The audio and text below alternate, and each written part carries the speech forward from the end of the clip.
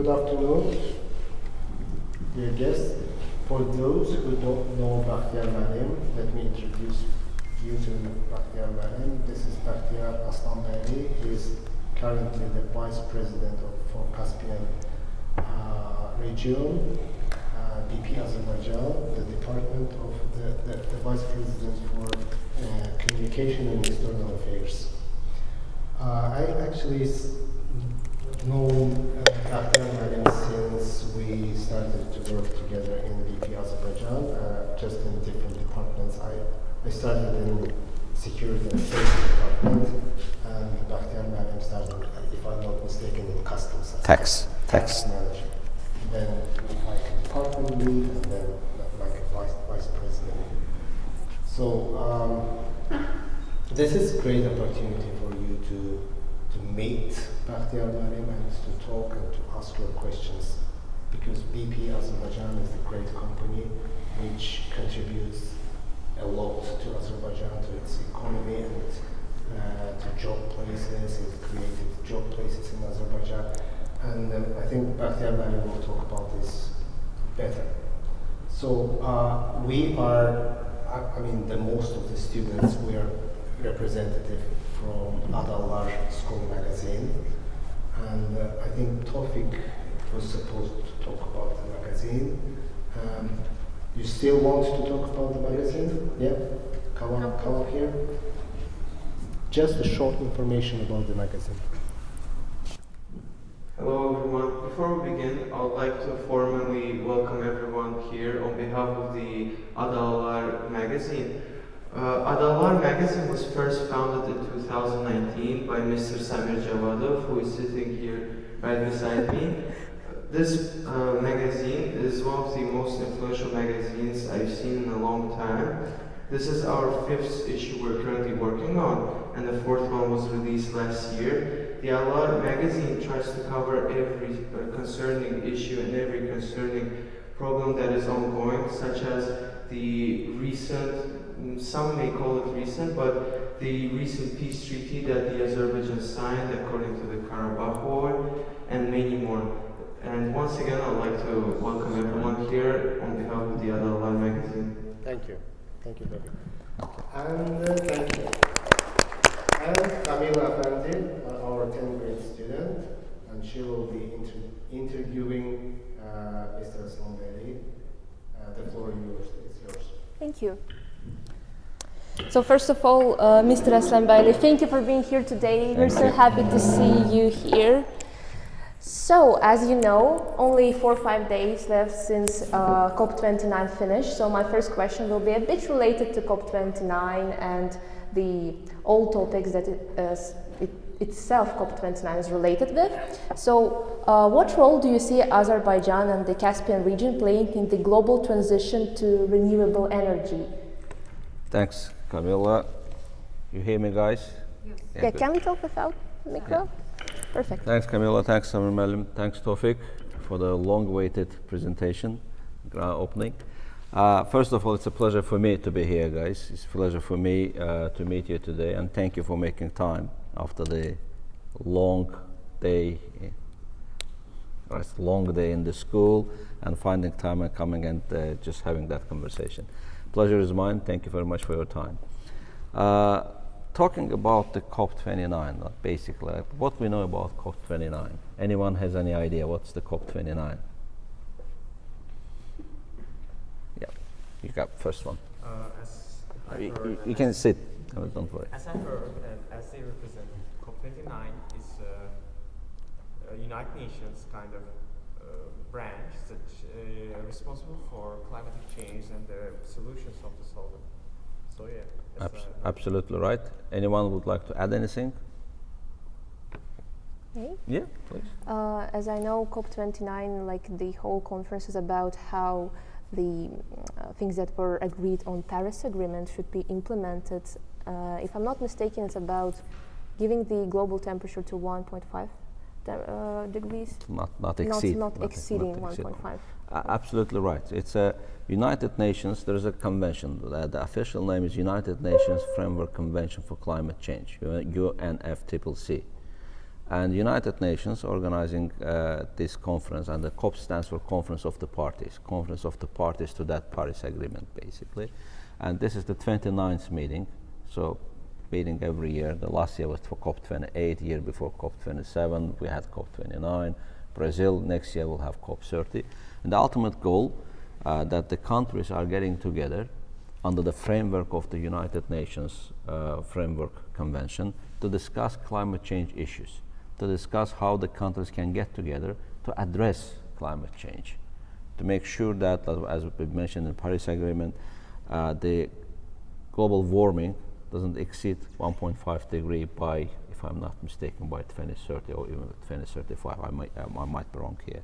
And the reason why 1.5, the scientists believe that if the temperature of the global warming will result in the increasing of the temperature by 1.5 degree, that could result in certain natural disasters, floods, etc., that the humanity will suffer from that significantly. So it's ultimate goal of everybody, all the countries that are represented at the United Nations, basically get together and address that issue. Now, before talking what the climate change is and how the countries are actually reacting to this and what's Azerbaijan's role here, normally who is actually contributing to the climate change negative in terms of the negative contribution? Those are the big economies, big industries. And obviously oil and gas industry considered also as the one who has contributed to the climate pollution. And throughout the last few years, the countries agreed, and the companies also agreed separately, how they will address the climate change matters in their day-to-day activities. Like last year, the big companies get together to agree on the oil and gas decarbonization initiative. Basically, how the oil and gas companies can decarbonize their activities so they have less carbon emission. And also, if there is certain carbon emission, then how they address it to bring it to the carbon neutrality, basically. So that's the real issue. And when the countries also, there's also, you know that there are categories of the countries, developing countries and developed countries. There's some kind of debate between those countries who should contribute more, who should contribute more into the climate action.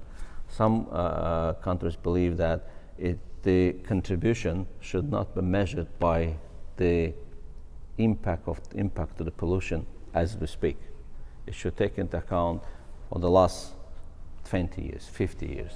Some experts say actually last 100 years, because whatever the climate impact we have at the moment, whatever we have the climate in terms of the climate pollution, this is not the result of 1 year or 2 years. This is the result of what has been done by different countries throughout the many years. So this is the debate that the countries having as part of the COP. And the role of our country, of Azerbaijan's role here, we were lucky and proud and that's not, the lucky is probably not the right word, but actually we're extremely proud to be elected by all the United Nations as a host for the COP29 conference. You know, there's every year there are certain categorization under the United Nations that this year was Eastern Europe, year before was Middle East.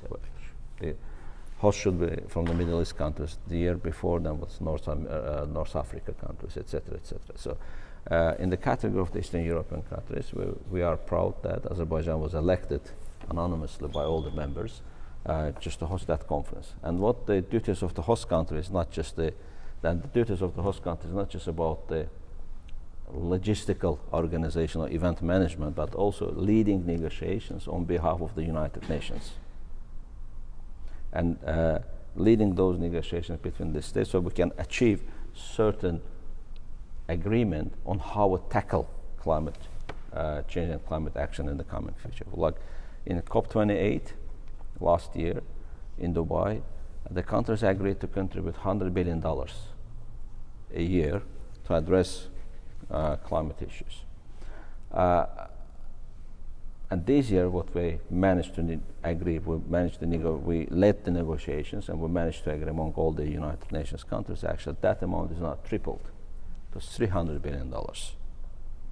And this is the commitment that the That's what different countries will contribute differently, but this is the total commitment of the fund and budget that will address the climate change. So our role, back to Camilla's question, what was our role as Azerbaijan? Our role was not only the hosting and organizing the event, but also facilitating the conversation, facilitating the discussion, and leading the negotiation among the United Nations countries. So we are, so we achieve kind of the overall certain decisions, certain approach, and that approach also make sure that that approach is actually a step further in that whole journey in addressing climate change matters, climate actions. Thank you so much. Coming back to what you said about fossil fuels companies and companies that are working with oil, sometimes on such conferences as COP29, there are many questions to these companies. So, and my question for you is also considered about fossil fuels. How do you think, how does BP plan to balance its legacy in fossil fuels with its commitment to achieving net zero emissions? So let's talk about the energy first of all. Sure. What are the energy companies like BP, Exxon, Chevron, Shell, Total, and others, mainly SOCAR, what these companies are doing? These companies are providing energy that all of us need in our day-to-day life. They're providing energy to the societies, to the countries, to the nations for their livelihood. Right? If provision of that energy causes certain climate issues and pollution, this is a separate issue to address. And there are international standards, there are international requirements that all the companies should follow. And this is separate, absolutely should be followed. In the meantime, there's a terminology about energy transition. Have you heard about energy transition? Yeah. Sure. And energy transition is about how we all together globally moving from fossil fuels, that's what we call fossil fuels, oil, gas, in certain countries actually coal, into the green energy sources, solar, wind, biofuel, hydrogen maybe at some point. So basically to the energy sources that are causing less pollution to the climate, less damage to the climate. But the issue is that transition cannot happen overnight. At the moment, most of those green energy resources, they are not economically feasible, unfortunately. And they are not in a capacity-wise and volume-wise, they're not in a position to address the energy needs of all of us, humanity. That means we have to stick for the certain period to existing resources, but in a more responsible way, with less pollution, with more decarbonization actions. But in the meantime, fast track or accelerate that transition to the green energy sources, etc., etc. Mm-hmm. But if we don't address at the right time, then we may have a gap, energy gap. Today, globally, about 1 billion people don't have access to the energy, to electricity. Can you imagine what does it mean, not having access to electricity? Enormous. Yeah. It's actually, you can't imagine about the life standards that those people. So those people also have a right, natural right, to use the electricity and a good quality of life. And with the population of the Earth, global population increased. And it's not just the population increase, but also quality of life is also increasing everywhere. You can't compare quality of life today in any country, many countries, let's put that, but with the quality of life of the people 10 years ago, 20 years ago. But increasing of the quality of life, and quality of life automatically means more consumption of energy. So everyone needs more energy, but where that energy should come from. Unfortunately, I was amazed actually when the British Prime Minister announced that the COP29 that the United Kingdom will stop using the coal, and that will be first ever G7 country that will phase out the coal usage. Even the G7 countries, they're actually still using coal. Not because this is basically how the economies are working. Not because they're caring less, just because they don't have enough other resources to replace coal. Now, with the advanced improvement of science, technology, and obviously everyone is moving to the more green energy types. And one important thing here that in many cases we don't discuss really is actually energy efficiency. So every time we discuss the energy and climate issues, we always talk about the traditional oil and gas and then green energy, how we move from A to B. But in the meantime, we very rarely discuss that actually there is an increasing demand. How we should tackle that increasing demand by actually being more energy efficient. How energy efficient we can be. Like a good example, like we're at the AD, and I don't know how. First time I'm in the school, by the way, at the university, there are sensors. When you leave the room, you take the card, light is off. When you move to the certain area, lights are on. This is the energy efficiency, simple energy efficiency, right? So that brings to the less usage of electricity. Or look at the windows. The whole purpose of that design of actually having the large windows to get the natural light. So we use less electricity. What we do, we design the school with the large windows and then put the curtains down, right? And we put electricity on. This is not a good example of the energy efficiency, right? Just a few examples from the same place. So this is about the mindset, this is about the culture. So if we really do take care about the environment and about the climate, we should start actually behaving in a more climate responsible way. And what we can do as an individuals, and put aside our titles, etc. As an individuals, what we can do, actually apply climate responsible, environmental responsible behaviors by energy efficient actions. Like I have the two phones. This is very energy efficient way because these two phones actually consume a lot of energy, and this is petrochemicals here, right? This is not the right approach.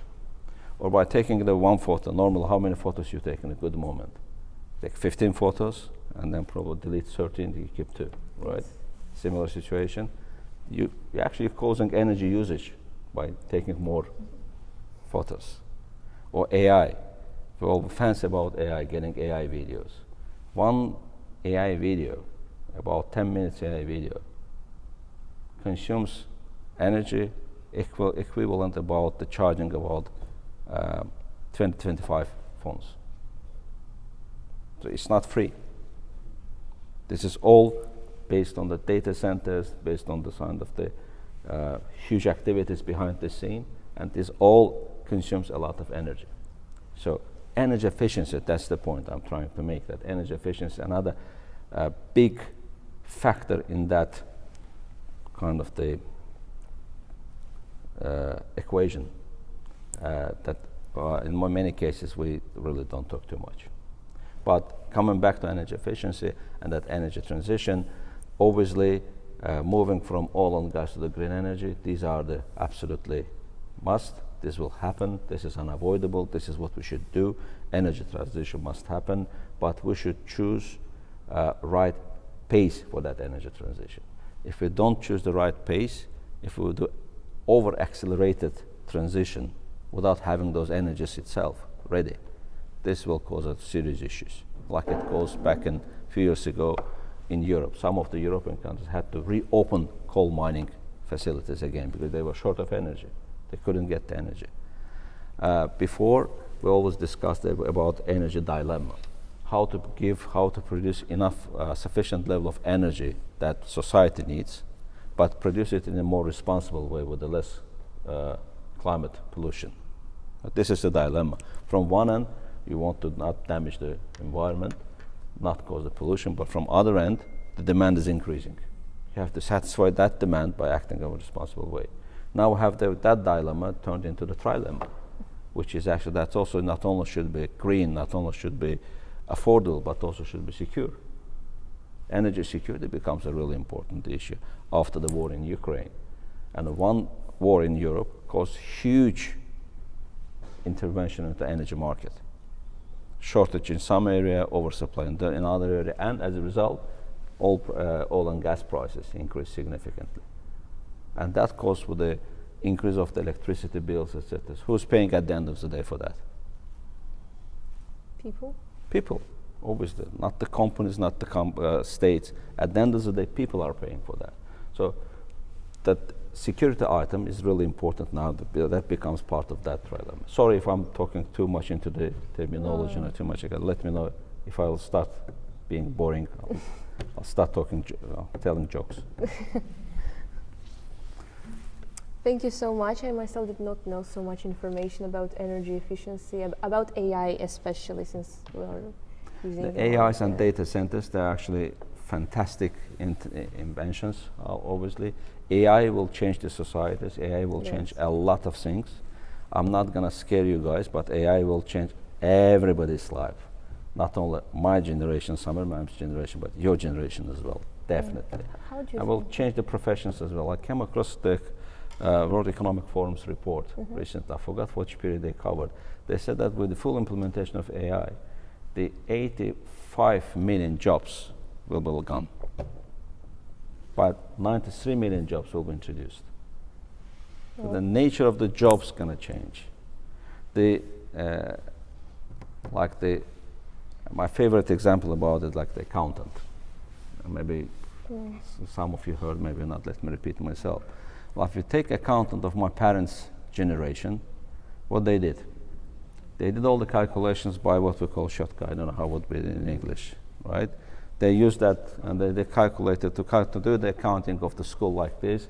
You would have actually accounting department of, I don't know, 50 people, 30 people doing this calculating, and then they're putting a lot of papers together.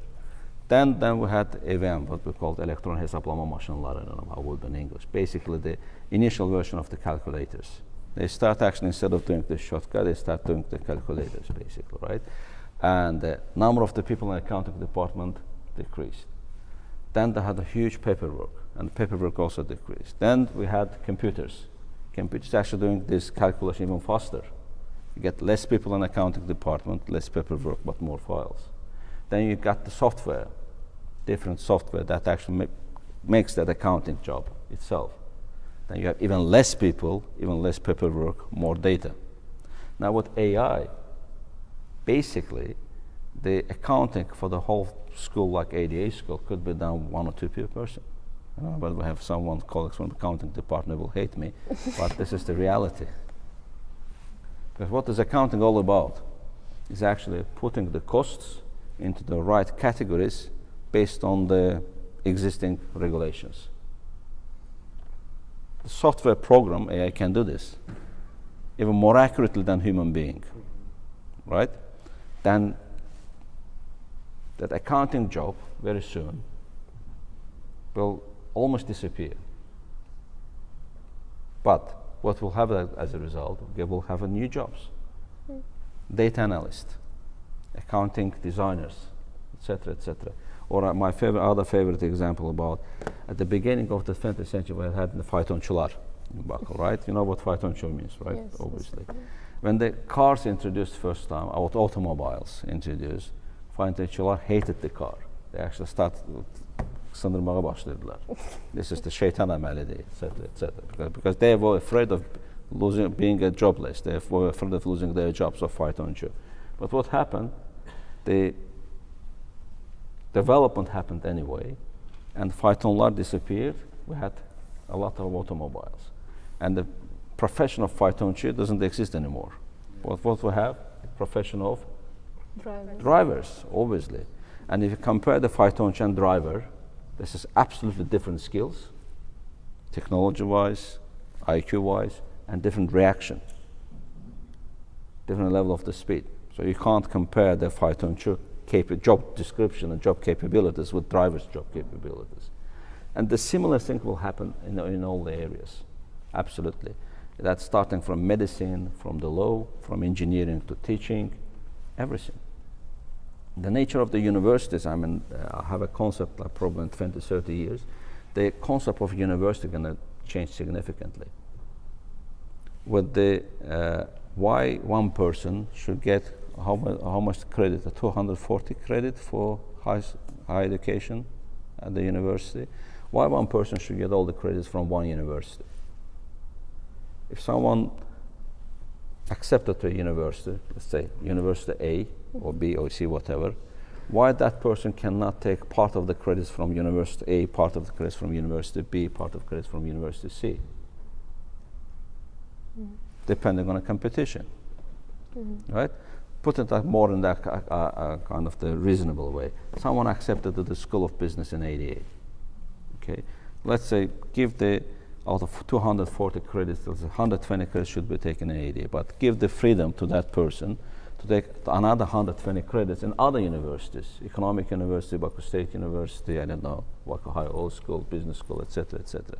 And then from which university that credit is taken, the tuition for that credit is paid to that university. And then you have the competition among the universities to get the good students. And to get the good students, you will have to start paying to the teachers good salaries. There's a competition for the, etc. So that concept with the hybrid way of education, that concept will be there. So the university nature is going to be changed. I'm talking about probably 20, 30 years time frame. So, sorry, I'm distracted a bit. So coming to AI and then those matters will change everything quite significantly, very significantly. What you guys need to understand is that you have to be flexible in whatever you do. In any selection of your professions, specialities, universities, degrees, you have to be flexible in changing them whenever it's required to change. You should be ready for that in your mindset. You should have a mindset to be ready to shift from one profession to other profession, because otherwise you will not survive. When my elder daughter just graduated university last year from one of the UK universities, when she just started, I'm by the way lecturing at the universities here for 27 years, Baku State University, ADA, etc., etc. And then in my free time, I'm working for BP as a hobby. After when my daughter just started at the university, they had that in one semester, they had 4 or 5 subjects. And for each subject, they got only one class in a week. Like 4 subjects for a semester, and they got only 4 in-room classes for the whole week. For bachelor, undergraduate. I was shocked. Because as a university professor for like 20 plus years, I'm used on like my time and my students' time, we got the whole schedule for the whole week, back-to-back classes. And B, I'm paying a fortune for that tuition for the university, and they're giving me only 4 classes in a week. And then I slowly realized what's the secret of that. The secret is that they give to each student a workload for 40 hours per week, 5 days, 8 hours. And that 40 hours consists of the different items, such as in-class lecture, 1 hour, or 4 lectures, 4 hours. Then group assignment, individual assignment, reading time, office hours with your professor. And those are the separately written items. So if you don't, and my daughter said, look, Papa, if they put like safe reading time for 2 hours, if I don't spend that 2 hours, no chance I can pass the exam. Self-study. Self-study, group assignment, personal assignment, individual, different projects, papers, etc. And then I realized why they're doing this. They're teaching the young generation at their universities how to learn themselves individually, without being taught at the university, in the classroom, without being dependent from what professor is saying at the classroom. The whole concept is actually they teaching how to learn. They're giving to students opportunity to learn how to learn independently, independently. And then basically, conceptually, they're preparing all the young people, like yourself, students, you have to be able to shift your profession from A to B whenever it's necessary. And this is the thing. Even if you don't shift your profession will change that much that whatever you study at the university will not be sufficient for you after, believe me, 5-7 years. Again, my parents' generation, they normally graduated the university. Whatever they learned at the university was sufficient for their entire career. My parents. They didn't get any additional trainings and additional universities. They graduated university. Dad is lawyer, mom is math teacher. And that whatever they got at the university was enough for them for the whole career. Obviously, they got their on-job learnings. That's different. But they didn't get any additional study. They didn't have that necessity. My generation, whatever we learned at the universities probably was sufficient for us, like 10 years, 15 years. And then we realized, actually, guys, whatever we learned is outdated. We need to just catch up, all the new stuff. Your generation, next month you graduate from university. If you don't work on your continuous study, that's why all the universities got lifelong studies, continuous education sections. If you, any day, you don't invest in yourself by studying anything in your profession overall, that day you lose in your whole development in your career. And without dedication to your development, there's no way that you can achieve anything. Those are the important. So we started with AI, but AI will change these things. But obviously, there are many ways how to win AI. What do you think? Which ways are to win AI? No, again, what I just mentioned, basically, trying to see AI not as a problem, but as a solution. AI will provide a lot of opportunities to replace whatever routine stuff, to free our time that we spend on routine stuff, and that will give us enough time so we can spend on more creative items. AI cannot do creative items. AI cannot replace the human being, emotions, obviously. Emotional time. Yet, but never could replace the emotions. So if I have the right, like the similar boring stuff that I do every time, I will just put to the AI stuff, and the AI stuff will do this easily, right? Editing, writing, calculating, diagnosis, etc. But at the end of the day, I have to have enough knowledge so to check it, to verify it. The ChatGPT, for example, right? You can put the ChatGPT, prepare me a speech about ABC. ChatGPT will put you the speech together, and then you, with additional questions, you can maximize it, minimize it, etc. But you have to be able to verify the data they put together. Otherwise, it's not all 100% reliable. And also regulatory effects. I mean, it's another good example is knife, right? The humanity invented the knife. With the knife, what we do, we cut the bread, we do all the necessary good stuff, but at the same time, we can kill someone. So it depends how you use it.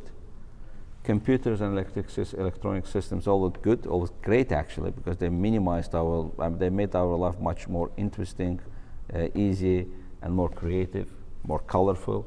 But at the same time, there are hackers, right? They don't do. So these things are same way available to good people and bad people. We need to just understand. We need to learn how to use them in a good way. Thank you so much. As I know, you are an adjunct instructor at the School of Public and International Affairs at ADA University, right? Yeah. So the question that also concerns me and many people sitting here today, since a lot of people are applying to this school, including me. So how do you think, what will happen to the profession of diplomat in 6-7 years, considering the AI development, considering all what happens today, what's going to happen? We are worried. You're right in being worrying. You have to be worried, but I'm joking. Obviously, I mean, all the professions will be impacted, including diplomats. I'm not a diplomat, I'm teaching to diplomats, but even if you take the diplomats, the access to data is becoming, access to information is becoming easier. And having more access to information, that will make your life easier. But at the same time, your information also will be available, accessible. You have to think about that as well. So speed of the information, extremely high. Accessibility, extremely high. Protection, extremely, there's a fatigue there, there's a threat there. It's extremely vulnerable, thank you. Extremely vulnerable. So when we talk about information security, at some point people understand information security at some point like a protection of information, or at the other point, to actually promote that information, how we share that information. There are not such a thing like privacy anymore. With these beautiful gadgets, there is no privacy. Absolutely no privacy in anything, business, personal life. Those are accessible, right? So we should be careful in whatever we do, whatever we write, whatever we steps and actions we're taking. We should think about actually whether could that step damage me at some point? Or in a business environment, could that step damage my company at some point? In a public service, whatever I do, could that damage to my country at some point? So that will change, definitely, everybody said. So there are going to be new standards, and those standards are already being embedded. New standards of the behavior, new standards of the professional activities. And you guys are lucky because you're living in a really, really exciting time, an interesting time, absolutely time. These are your life will be much more colorful than Samirman and my lives here, our generation lives here, right? I mean, obviously, I don't want to give you, to live an impression that the future is so gray, black. No, future is very colorful. Those are nice travels to have. And you're living in a kind of the perfect time of our history, basically, right? I mean, my school time was basically early 90s, university time, mid-90s, probably the most difficult times of our country. And we couldn't even imagine that type of the school. We couldn't even imagine that type of university. Couldn't even imagine university or school that would have the education in English. We couldn't even imagine actually having access to international quality education back those days. I'm not talking about opportunities of the travel, opportunities of the studying, access to the library, access to the data. My school time and the university time was struggling to find the necessary literature to read.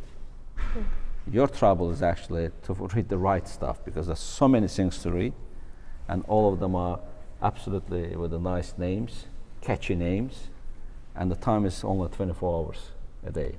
So you have different issues, what I'm trying to say. So the future is very bright and colorful. You just need to understand overall, have a balcony view, you have a helicopter view to understand what's going on, where the world is moving. And just as a smart guys, because if you're studying here, that means you are smart guys, you pass certain tests, and you still continue your study at ADA. I heard that ADA teachers are very harsh. They're really giving hard time to the students. So if you're still managing to study here, my colleagues are looking at me there. If you're still here, that means you are very smart guys. So as a smart guys, you have to see a bit more like they look in the future and then decide yourself what you should do. Thank you so much. The last question from me today, and then we'll proceed with the questions from the audience. What do you think sets a great candidate apart during the recruitment process? That's a very crucial question, in my opinion. Okay, let me talk about the recruitment a little bit. All right. So, the recruitment process itself, actually, at the stage of transformation. Again, let me give the example of my daughter who graduated university last year. To get a job, she had to apply to 153 places. She submitted 153 CVs, only got to 3 job interviews, and got 1 job offer, and catch that job offer for 1 year. The reason, these days, there are a lot of people with a good education, with access good quality education. And normally for one job place, there are many applicants. Especially if you think about the job applications abroad, there are too many applications. For one, like last year for summer internship at one of our departments where my daughter applied, didn't pass, and still some people don't believe in me, but it's really, she applied and she didn't get. The reason, we had 2 places, we had 321 applications for that 2 places. So normal how that filtration is happening.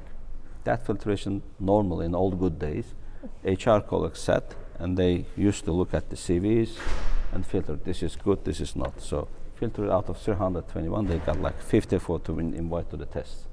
These days, this thing is done by AI, by soft, by keywords, etc. So you have to design now, in our time, again, during our times, our job searching times, we used to prepare one CV and send those one CV to everywhere.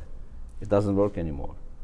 If you're keen to get, if you would like to send a CV to company A, you need to understand what the company A's requirements are, and then design your CV to fit that requirement of company A, so that company A's AI, soft, choose you. If you put a generic CV, then no way that you can pass that filtration barrier, obviously. You with me, guys? Am I too complicated? Or, what my daughter did actually, she started using AI to redevelop her application to fit those 153 companies. So AI developed CV was reviewed by AI developed machine at that. So the machines are talking each other. So she used the weapon.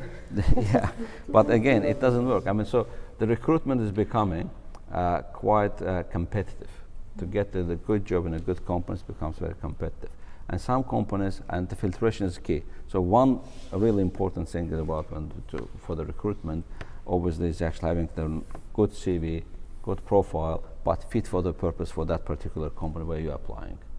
The second thing I learned last time is about gamified interviews. I'm late 40s.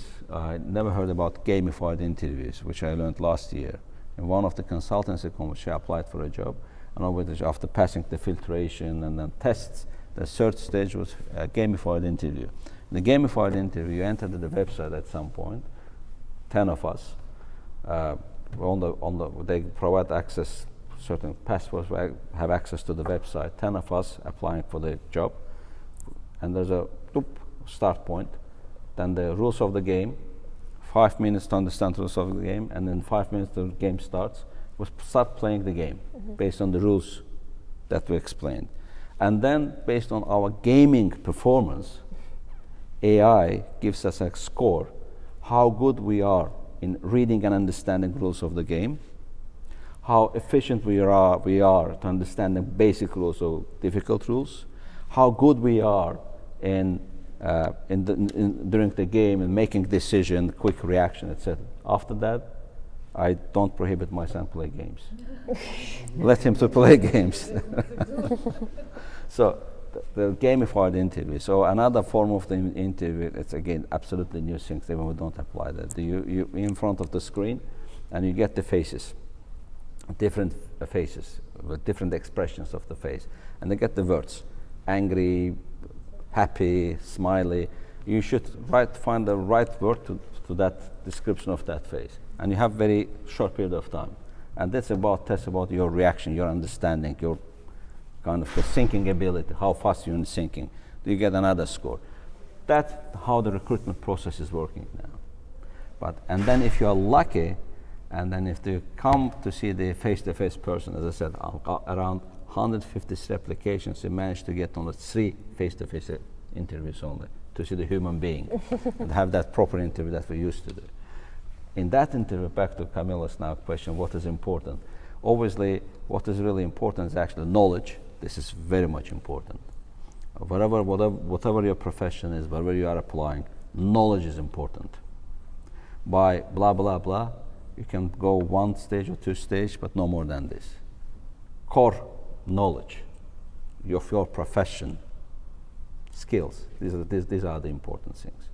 Then the second important thing is actually how you prove, how you demonstrate your willingness to contribute. Right? Unfortunately, with the gadgets, with the multiple distraction elements, etc., the young generation, the span of attention is no more than 5 minutes, even less at some point. So reading ability is no more than, I could have start a book and finish overnight, right? Now, if I do that, if any one young person will do that, people will say, this person is crazy. Why you spent that? You can read it tomorrow, you can read it in 3 days' time. So the span of attention is really important. So And with the new generations, what's really important, actually, you can prove your dedication to delivery, your dedication to contribute, your dedication to make an impact. Those things are important. No one likes lazy, smart people.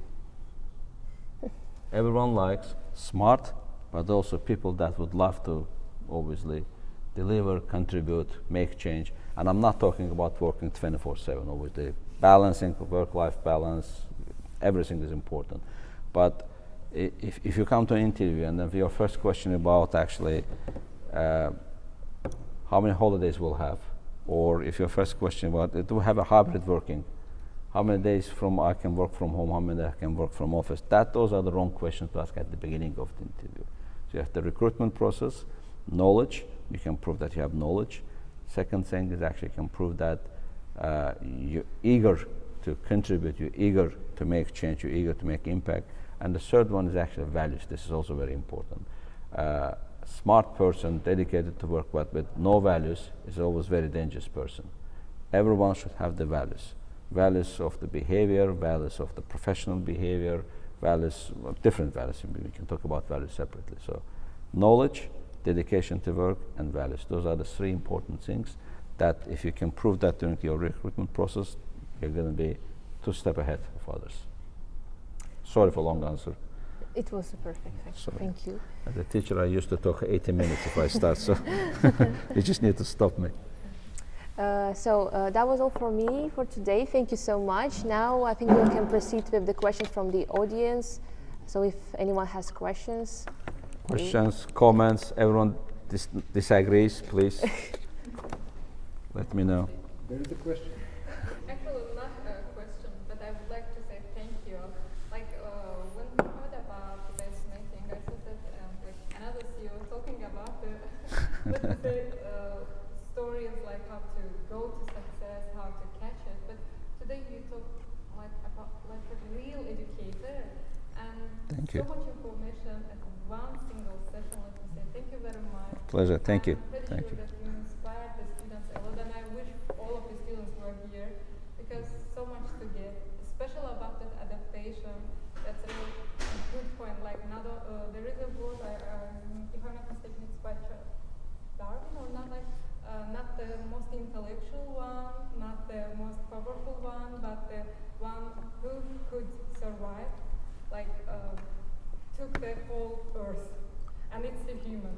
Not the dinosaurs, not Absolutely, the birds, absolutely. So we can adapt, and that adaptation is really good. Thank you for mentioning that. Pleasure. I'm really grateful. Thank you. for Thank you. coming. Thank you for coming. Thank you so much. And adaptation, that will become even more important. I mean, again, when we heard about the agility, adaptation, flexibility, okay, yet another terminology that McKinsey said, no, sorry, it's recorded, I shouldn't complain about McKinsey, and the consultancy companies come up to sell that new concept, etc. But it's really, it is actually the adaptation, being flexible. And the flexible is not, by flexible I don't really mean actually I want to moving from doctor to lawyer, or from, I don't know, driver to pilot. They're different, not being flexible from A to Z, but actually within whatever we do, be able to adapt to the realities. And that's the important thing. I have a question. Please. So I am a business teacher. I have some students from my business class here. Every time when we are talking about like future job opportunities for the young generation who are still at school age, but they will become future specialists in different fields, some of them are still hesitant to choose the job for their future. Like, what would you advise for them to choose as a job that they will become the specialist in that field? Like, what's your vision about it? Future job, like, It's a really difficult question, to be honest. And then my recommendation always actually choose whatever you love. Choose whatever you enjoy. This question, we still study some points about like redundancy. That's caused because of the artificial intelligence. That's because of some jobs are not really useful anymore. The students should know what's the importance of choosing the right job for future. again, with the old digitalization, etc., everything moving to one way or another way in the digital kind of the space, but not everyone will be specializing in IT, and then will not anyone else. So again, let me give it a bit different way. In mid-90s, to find a job, you need to more or less speak English and know how to work in a computer. Computer İngilizcesini bilen varsa iş aktarır, right? That was the kind of the realities of the employment market in the early 90s, mid-90s, probably till the late 90s as well. But today, anyone who doesn't speak English, no way to succeed. All right? Doesn't matter which profession you have to speak English. Again, German, French, other languages are great, but without English is kind of the international language already, right? Without English, you cannot survive. So knowledge of the English is not an advantage. It's not kind of additional, plus points. It's just necessity, it's demand. Or being able to work in a computer like as a user, it's not advantage anymore. It's actually minimum demand. So being flexible in programming, being flexible in digital skills will be the same way demand, minimum requirement in the future. 5 years, 10 years, 15 years, I don't know. But at some point, everyone would need to understand one programming language. Basic one at least. This is the reality. This is whether we like it or not. This is the reality where we're moving. And then in terms of the choosing the profession, for profession, you always need to have a passion. Again, I'm father of 3, and I had different dreams about kids, but never influenced their profession. I respect their choice, and then because if you influence them, you may influence, you may direct them to within their frame, but if you move them outside of their frame, then disaster. No one win out of that, basically. So in terms of choosing the profession, just choose whatever you enjoy, whatever you would enjoy, whatever you really like to do, but also think about employment market as well. Think about like every young boys basically at some point they always dream we did the same, to become a football player, right? Think about how good as a football player you are these days and how far you can go. What you will do after you're 32 years, 33 years old. Or ladies, fashion. Many would like to become a fashion managers, fashion designers, right? Fantastic, very good one. How big that employment market is. How far you can develop yourself in a career with that profession. Or aerospace engineering, very absolutely mind-blowing profession. But how big that employment market is and how big the competition is there. Just think about those matters as well. What makes you happy? What job would make you happy? But at the same time, think about the future employment market. How far you can go within this country, within this region, even if you go to any other country, US, UK, Europe, how competitive you would be there with that particular profession, etc. Think about the global professions. That's always big benefit. By saying global profession, I mean the profession that doesn't have limits of the country, limits of the region. Engineers, for example, right? I'm not suggesting everyone becomes an engineer, but the engineers is a profession that you can work everywhere and you can compete everywhere. So think about those matters and then you will come to certain kind of the right space. But even, again, I hate giving my examples, but again, I graduated in international relations. Okay. That was the dream back those days, to become a diplomat, etc., etc. After we graduated the international relations, and finding a job was extremely difficult. And my first foreign language by those days was German. With German language, with no English, going to the market, absolutely very low chances. Then forced ourselves to start studying English and then find a job. And with the international relations profession, you couldn't get either. You could go to the Minister of Foreign Affairs and very low salary, those days at least. And then you go to private sector, but private sector requires English. And then ended up actually starting in one of consultancy companies in a tax department, accounting side. I'm the very self-aware student with all the A marks at the school, at the university, very high opinion about himself, and then comes working in an accounting firm and a tax, starts studying everything again, all the ego downsized again, you start doing a different career. So I've worked 17 years in tax in 2 companies. But the profession in international affairs, which I really enjoy, I need to somehow to keep that alive. And I decided to start teaching. That's how I kept international relations alive. The job that I really loved, that was international relations. But for the business career, did something else. At some point, it was too late, in 17 years, these two combined. Now I'm doing the external affairs and communications for the company. It took me 17 years. You choose this careful professions that it doesn't take you 17 years to come to the job that you really enjoy. Questions? Yeah. Thank you. Yes, Yes, so I'm going to change a bit of vector. For you were talking about jobs, opportunities and something like that, but I'm going to refer to the most probably your answers for the first question. So you mentioned about alternative energies, and you mentioned that there could be a solar and also hydro, wind energies, and etc.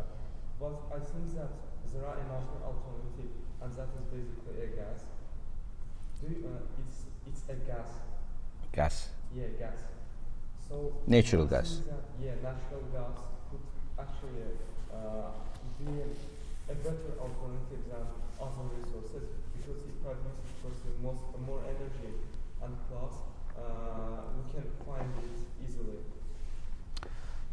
Good question, thank you. Obviously, the gas is actually is considered as a green energy as well. Not green, that has a transition energy. So by the time we develop all these green energies, and by the way, there's also a good question about energy intensity. How much solar panel can produce? How much you invest into production of the same level of the electricity by the solar panel, by the wind turbines, and by the natural gas? The most energy intensive is nuclear, obviously, right? But nuclear is the dangerous. And not every country can produce nuclear power. So oil and the natural gas, these are the easily available, widely spread, and you can do. Again, the issue is about how responsibly you produce those things, with the environmental standards, with the climate standards, etc., etc. But natural gas is absolutely there, yeah. But again, if you look to the different types of the renewable energy, some of the renewable energies, they are not economically self-sufficient. And even if we move completely to renewable energy, then you need to still have some traditional energy sources as well, because you cannot fully rely on sun energy and the wind energy. What if that sun doesn't shine, wind doesn't blow? And also the battery storage is really important. So the battery capacities, that's another thing that scientists are working on. How long does energy can be stored in the batteries, the battery storage for the longer time? At the moment, because the battery storage is not big enough, it's not wide enough, and then the renewable energy is not sustainable enough, then you still need to have within traditional energy to cover the gaps between those breaks. But again, it will take some time. And there are different scenarios. If you look into the scenarios of International Energy Agency, or look at the different scenarios developed by BP, by other companies as well, there are different scenarios about how oil and gas usage of oil, consumption of oil and gas will be decreased for how many years. But then all scenarios, on average, is there that oil, for example, will be used at least for the next 10, 15 years within the same level, more or less. As we speak, the world is consuming about 100 million barrels a day. 100 million barrels a day. Okay, and that will continue. It will be the same, more or less within the same plus minus 10% for the next 10 years or so. Gas will be even further for another 20, 25 years.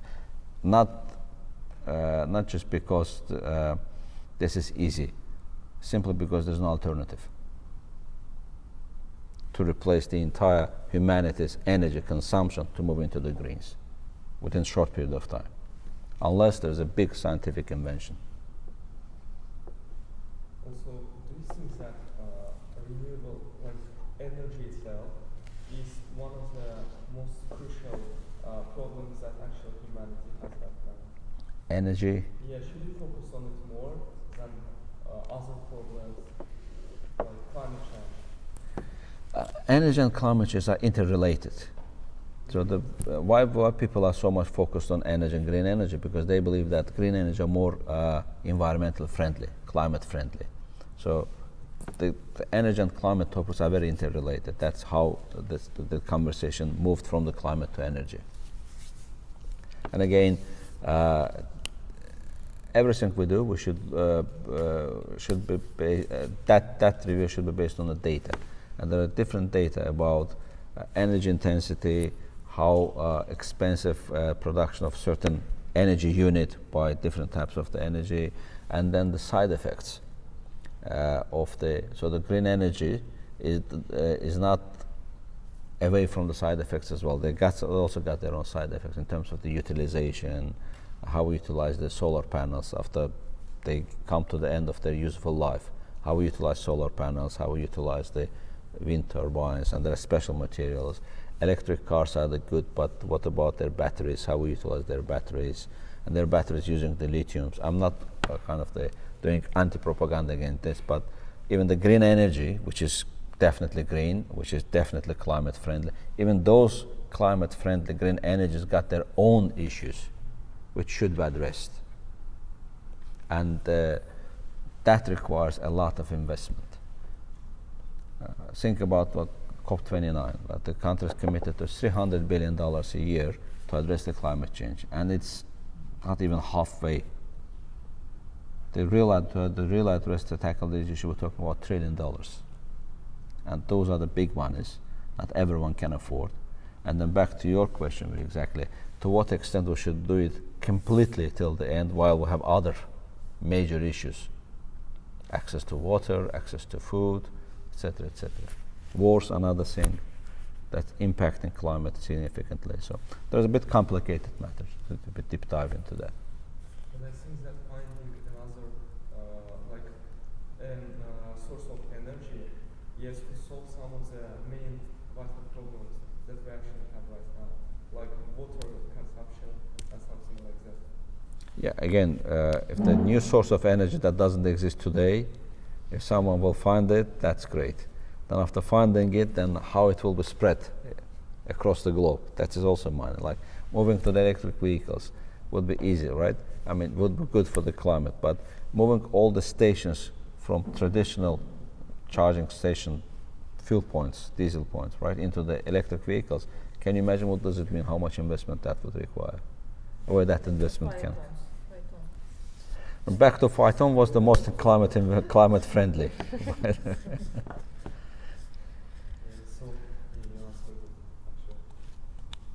Okay. Pleasure. You have a question? Yeah. Nowadays, even if we invent some new types of eco-friendly ways to gain electricity, as you said, right now we have issues. For example, lithium batteries, they reduce their capacity. Right now, some other ways are not so efficient than fossil fuels. When you're creating the new ways of eco-friendly types of gaining the electricity, like on COP29, I suppose it was one of the major questions, like how we can create a new way to gain electricity and look further, not cause a new problem. Because even the Pythons, I suppose, like if we use them, we need to increase our weight, so feed forces. Again, we need more space, more water. Again, it's a new problem. So how can we avoid them? I mean, if there is an action, there are outcomes of that action. If we use something, if we utilize something, always we should be responsible for waste management part of it. And the waste management is a really important one. And waste management, climate actions, environmental actions, etc. So again, at least I'm not aware of any energy type that doesn't have any side effects. Everything will have some kind of the side effects. It's really important. like talking about that plastic, right? Everyone is quite anti-plastic. The issue is not about that plastic. The issue is about how we waste manage this plastic. If we apply the proper waste management to the plastic, it's actually quite good thing to do. If we move all the bottles from plastic to the glass bottles, I come across the report that basically said that moving everything to the glass will cause more CO2 because they are heavier, and to carry them, the cars will use more energy, and that will result with more CO2 pollution. You see, I mean, there is no one way on everything. There's always a different aspects, and the issue is really the question is, what's the solution? To cancel plastic bottles entirely, or apply the proper waste management for those plastic bottles? That's all the scientists are actually debating, and there's a real debate about that as well. A lot of opportunities everywhere, obviously. It's just trying to get the good hype, and that's in everything, unfortunately. I mean, even if you read a book about the personal development, right, that really recommend that you read the books, but pay attention who is the author. Right, and making a successful career growth. So just check that author's bio, whether that person made any career growth in the business, and did get any achievement, or come across the book about how to giving the tips about the teaching, right? And then look at this person never teach at the university and he never teach at the school. How someone who never teach at all can give the tips about the teaching type of. So there are a lot of professional writers. They're really good in writing, and they're really good in actually giving the very fancy names to the books, and that's just, it become unfortunate marketing tool. Opportunistic. So whenever you read something, whenever you hear an opinion, just be conscious about actually, just think about it. Put them through your own filtration, and then you will get, obviously you will get more questions than answers, but this is good if you get more questions. Pleasure. Please. First of all, I would like to thank for today. Pleasure. My question is, you mentioned that we have to be flexible to survive. I mean, in terms of job, career. How is it possible? Like, we're spending years to be professional in a certain job, and switching to one job to another, changing career path is quite difficult. Thank you. First of all, you made a very great point, actually. We need to be flexible in terms of the profession, so not flexible in everything. There are certain things that we can't be flexible, like our feelings about our country, about our families. There's no flexibility there. The flexibility is about the profession. Absolutely perfect point. And in terms of the profession, I mean, that's easy. That's unavoidable, and B, that's not that difficult. Obviously, and I didn't mean to be flexible of moving from one profession to different profession. No, not at all.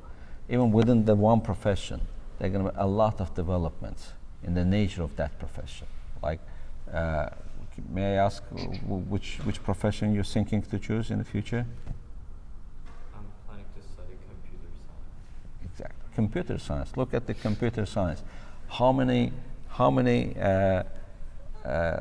areas of the computer science we have, right? At some point, programming was very fancy profession. These days, there are opinion that programmers, the AI will do a lot of programming themselves. That means actually the programmer's profession, they will not disappear. Then you will need to move to an even higher level of actually design those things, etc. Or every year, every time, there are new parts of the new subdivisions of computer science coming, like cybersecurity. And then the other day I heard about pen testing. First time I heard about 2 days ago about pen testing. What is pen testing? Pen testing actually. So basically, testing how good the cyber system. A simulation of your existing cyber system. That's what I've been told. I'm not the expert. So there are a lot of developments within the computer science itself. And there's your flexibility. It means actually you should be flexible to study new areas, and accept that whatever you had, that is not outdated. You need to get more, and find a niche area to specialize in, basically. And with more gadgets and more digitalization coming to our life, cybersecurity will become even more important. Again, because people got the good intentions and bad intentions, and that's the space for all the professions to deal with. Salah. Well, actually, I have a question about during this time, there is a topic like about recycling, eco-friendly, and processes. And during COP, I just heard only about plastic recycling and other options, but never actually heard fabric recycling or anything about this in like green zone businesses or platforms. And when I searched about in Azerbaijan, I found that we have actually no exact fabric recycling program for that. And considering this program, I'm so interested in this topic. What do you think about this fabric recycling? Because fabric is the most used product, and it's a hot topic as well. So what is your opinion on that, and what can be done, and why it is so hard to do? Because almost all recycling and eco-friendly projects are about plastics and other options, but not fabrics. Yeah, absolutely great question. And then the recycling is not just about the plastic. We can talk about recycling of the papers, the glasses, clothes, everything. But the difficulty, in my understanding, of those recycling facilities is just not about that facility. It's also about the ecosystem. Even with in our office, we put different boxes for plastic, paper, etc., etc. And observation is that actually it's not everyone follows that rule. First of all, the human being. So the mindset is there. The kind of that's what we need to start with from the education, basically. And also, there's a huge system that separates that items and then collects them and then delivers to the recycling facility, each of them, and then produce whatever they produce, and then bring it back to the society itself. So it's not just that facility itself. It's actually anything before and after that production. So far, the most successful ones are actually the recycled papers. They are actually quite successful, not in Azerbaijan, I mean the overall. So the recycled paper industry, that's good.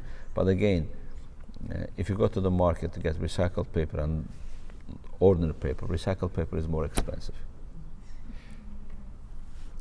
Because yes, it's good for the environment, good for the climate, and yes, it doesn't use actually any extra raw material, but recycling process itself makes the recycled paper more expensive. There are a lot of resources used. The real invention would be when the technology will be developed in a way and the system will be developed in a way that recycled paper will become cheaper than ordinary paper. But then this is different thing. Or with the same, so different items, etc. So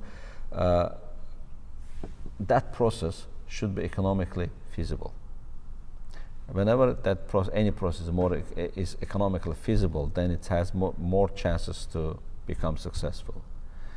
Anything which is not economically feasible, on a substitution either by the government, by an organization, that will continue by a certain period, by a certain point, and then it will not be sustainable. So the real key issue with everything, including the environment and climate matters and recycling matters, how to build and how invent new technology, new scientific inventions in a way that process becomes economically feasible. So people then will just try to do themselves without any propaganda, without any education, without any state substitution. So it seems that plastics recycling could be more economically possible to do rather than fabric recycling. Depends again. I'll just give the example of the paper.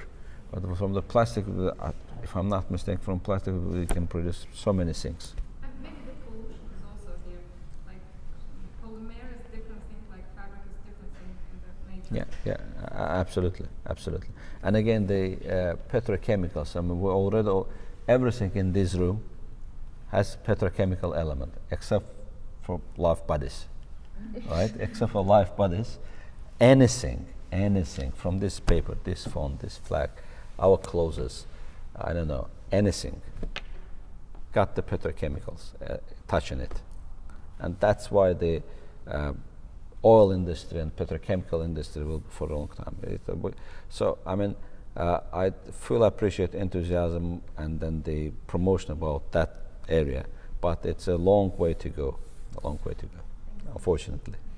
That's a real speech of the future project. So much maybe Yes? should we continue with questions? I think we have I also have last Please. question. Yes? Yeah, maybe last question. Yeah. yeah, let me do the last one. Dr. Mann, I will, first of all, I would like to express my thanks for This is this so- great discussion. It's really a great investment for not only students, for us. So Thanks for coming. But Sure, so. I'm asking the question not from the instructor of ADA University, not from the member of the board of trustees of Baku State University, but I'm asking the question to the vice president of BP for Caspian region.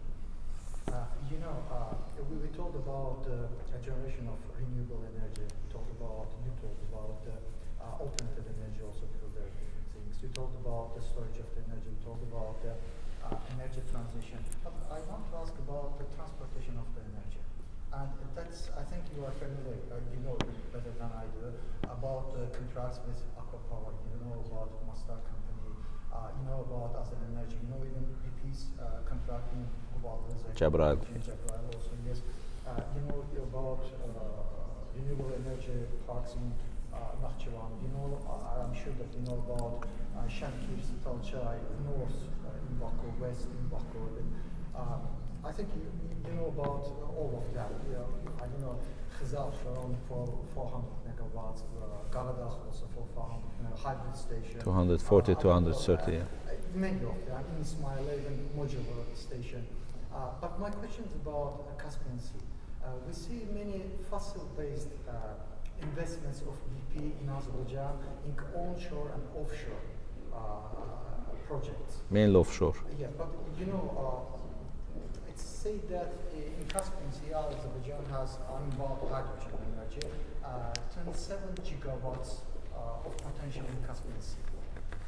It's a huge amount of energy, but we don't see investments of BP in such projects. I think you are familiar with the Amyak Zavod, I think if I'm not wrong, the STP, Yeah. So it's about transportation of hydrogen energy. I think you know that hydrogen energy can be transported with Amyak. I think it's the best way to do. So is there any reason why BP doesn't invest to the offshore energy generation, hydrogen energy? Because Offshore wind, offshore hydrogen, you mean? Hydrogen. Any reasons? No, I mean, thank you very much for the question. Thank you for your time. Obviously, the offshore wind potential is quite high, and there's a potential of getting into hydrogen. But the thing is, all that comes to the cost. Any business should, at the end of the day, bring some kind of return to that investment. And then, as we speak, the offshore wind is very expensive, extremely expensive. We are a closed basin. To bring that equipment to Azerbaijan would require more investment. And then after production of that electricity in Azerbaijan, there are two choices: either to sell it to us at low price, or to export it to Europe. Again, you need to transport it again. So to build, so you need to take extra cost to bring the equipment, and then you need to take another extra cost to export it to market in Europe, and then you still have to be competitive in that market. So location-wise, pardon? Of course, yeah. But for any business, the return of investment is really important. Even if that's not a private company, not BP, not other company, even for the state, This is also very important. State cannot invest into something that doesn't have, I mean, in terms of the energy return of investment. And the location was quite difficult in terms of the logistics. I remember my school years, my teachers used to tell us that we have a best place in the world, right? This is the place where the civilization are meeting, the great location, east meet west, north meet south, right meet left, up meet down, all together. And I keep telling that to all my students. But the reality is that this is probably one of the most complicated regions, locations. We are the only country having border with Russia and Iran at the same time. No one is that much lucky like we are. And we look back throughout the history, we always had that issue. We had that kind of the outcome of that great location throughout the whole our history. And that's not put aside the geopolitics from a logistic point of view as well. To bring new technology here, that's a real issue. Not the issue, but extra cost. And then taking whatever we produce, to take oil to Ceyhan port, Baku Tbilisi Ceyhan, we build up 1,800 kilometer pipeline. To take gas to Europe, we build up 3,500 kilometer gas pipeline. Phenomenal projects, global projects, but again, we didn't have other choice because we need to we need to monetize our resources. And to monetize our resources, we need to take them to the world market. And to take them to the world market, we need to build up the pipelines.